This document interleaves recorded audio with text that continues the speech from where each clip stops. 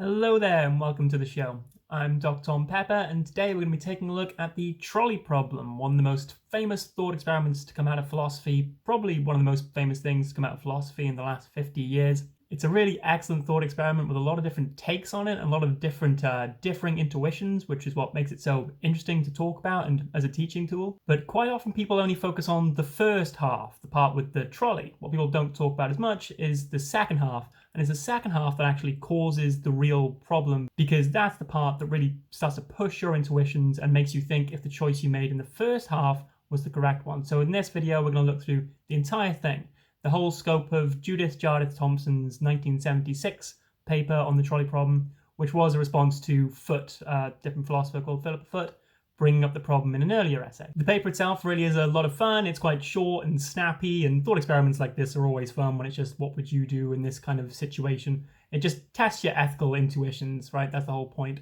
is to see if I was in this situation, what would I do? And really importantly as well, why would you do it?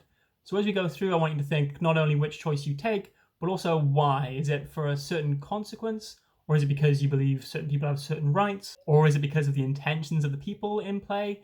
The kind of responses you have to this naturally will inform what kind of ethical philosophy you're likely to take up if you look into it further. Here's the version of the paper I'll be referencing down below. If you want to check it out for yourselves, I think you could be able to find it for free online. So let's dive in and look at the first half of the problem.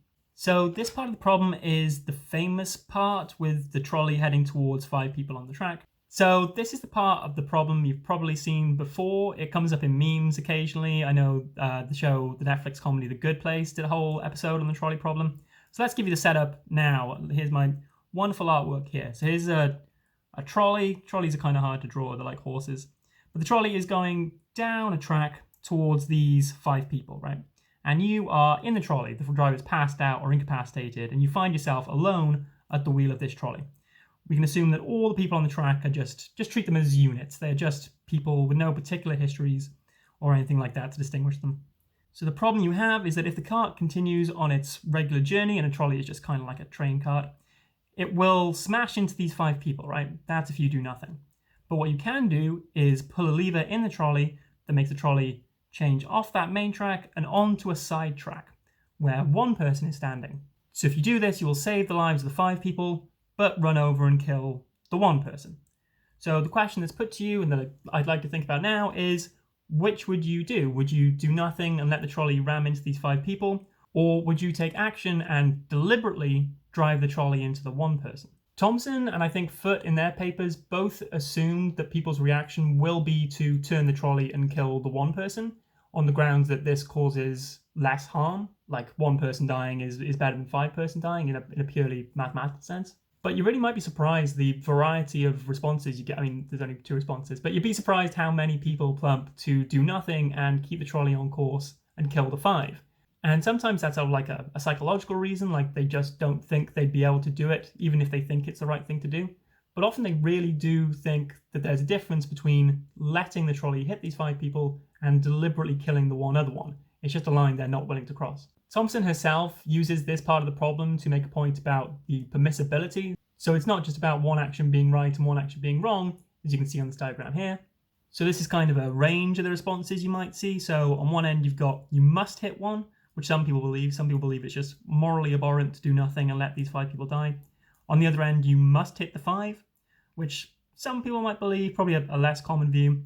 But there might be some people who think you are not allowed to get involved with that trolley and move it and kill the 1. You have to just let this scenario play out. And in between then, people who think that hitting 1 is permissible, hitting 5 is permissible, but that the opposite choice is the right thing to do. It's just that either one is permissible, one's just favourable.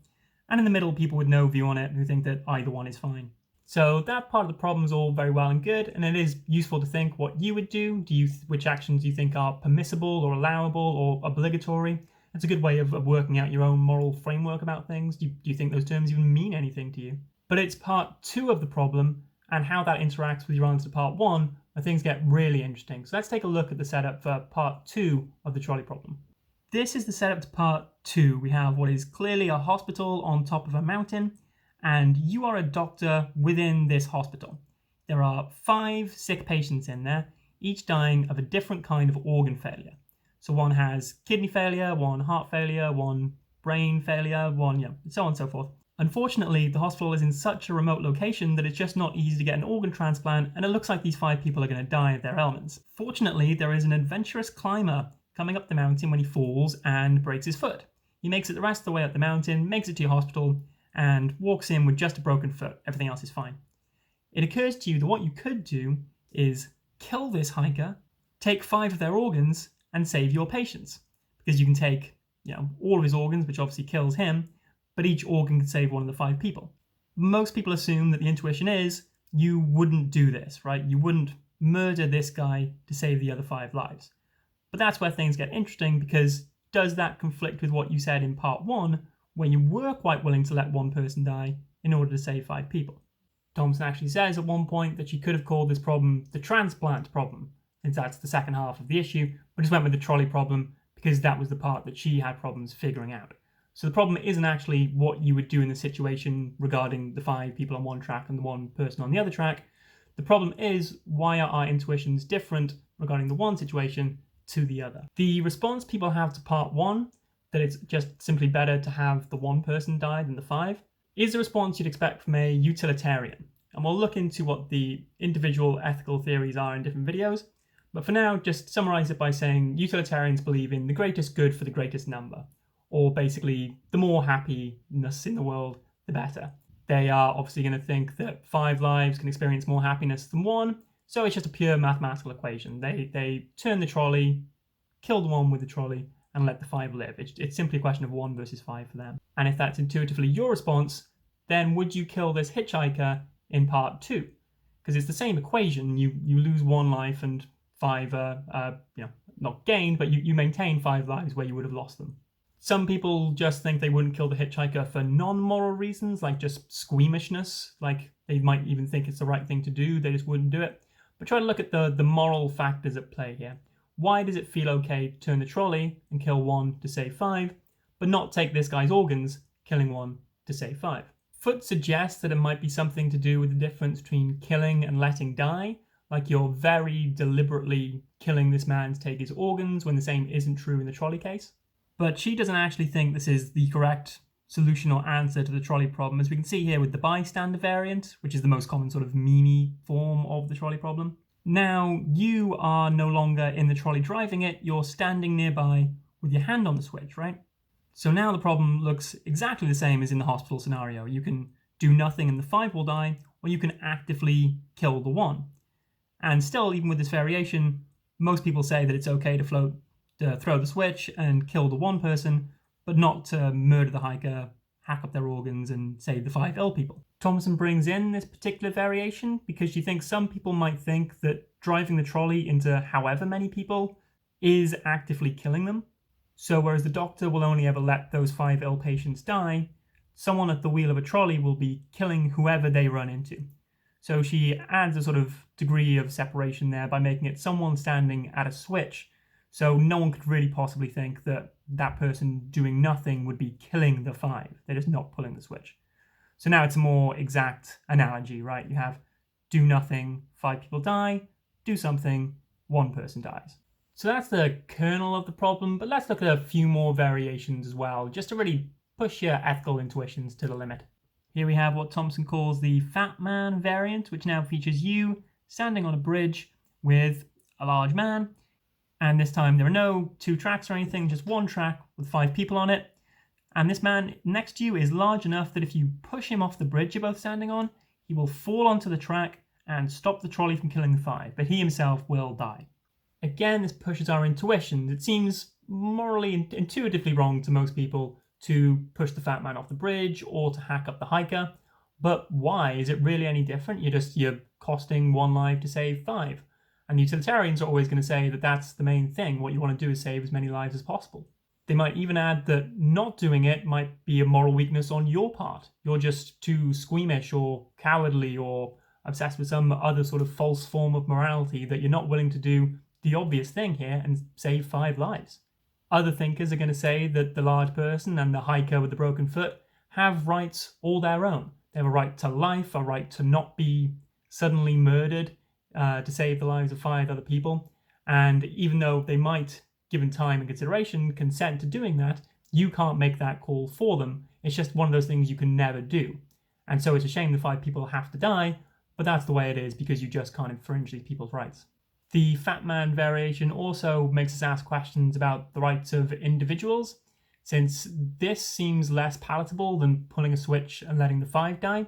So Thompson asked the question, is that just because the person on the tracks was kind of involved in the danger anyway, or is this guy just standing on a bridge doing nothing? This is the last variation we'll look at then, the mayor example, my finest piece. Oh, I didn't give the mayor a little mayor sash. Hang on a second. There we go. So there's you're a mayor. In this case now, there's a trolley on the tracks, and it is heading towards these 5 work people that are on the tracks. On a separate track then, the mayor has invited people from an old folks home to come and have a picnic.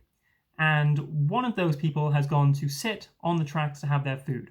And the mayor has persuaded this person that that's all absolutely fine, this track is never used, he's the mayor, he's in charge of all the trains, nothing bad is going to happen to that person if they go and sit on the track. Then the trolley starts coming, and it's going to hit these 5 workmen who were just doing their job on the track. And the mayor is now standing next to a switch. You are the mayor, and if you like, you can pull that switch and get the trolley to move away from the 5 workmen and towards the one old person that you personally persuaded to sit on that track. They never would have done that if you hadn't told them it was a perfectly safe idea. I really like this variation, firstly because it's just like, it's the ultimate thought experiment. You just keep changing all these details around until you kind of back people into a corner and really makes them think about why they're answering the way they are. And also because the extra detail and all that stuff actually makes it feel more like a real world example. The real world is messy. It has all these different sort of competing causal factors. One of my favorite things to do over this year in ethics actually was watch Tiger King, because you figure something like that is actually way closer to a real world ethics where every action is questionable and there's a million different ways to view and interpret everything. Something like that is way closer to the real world than just having 5 nameless workmen on a track and another nameless workman and you're a kind of unit standing next to this switch. So the mayor example really sort of feels more real because of the detail and messiness of it all. There we have it, the trolley problem in full detail with both halves and a load of variants to chew on as well. Like I say, if you do want to read the paper, it's well worth doing. It's fairly recent, so it's not, bogged down with old-fashioned language or anything. It's pretty snappy. And I hope as you've gone through, you wondered what would you do in those situations, and more importantly, why? What considerations are really important to you here? Is it the number of lives you're left with at the end? Is it the right to infringe along the way? Or is it the intentions or backstory of the people involved? Try to think about what theoretical principles are guiding your actions. Is there like a reason you behave in a coherent way throughout all the different experiments? Or are you surprised at how different your intuitions were in one case compared to another case? That's a real fun part, looking into where those contrasts arrive and then trying to find a theory that can reasonably solve or answer in a satisfactory way all these different problems. The problem is quite often framed like this, like a clash between utilitarians who just see the benefit in saving more lives and people who are more concerned with rights and individual freedoms and how you can't transgress against those and the world is one of rules and stuff like that.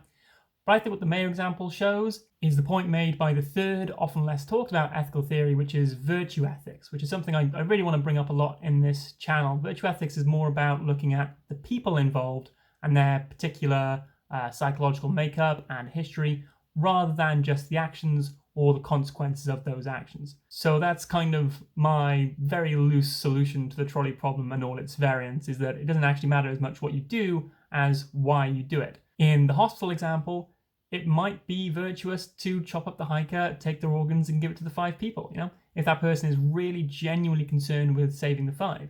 On the other hand, in the fat man example, it might be that someone pushes the fat man off to his death just because they don't like fat people.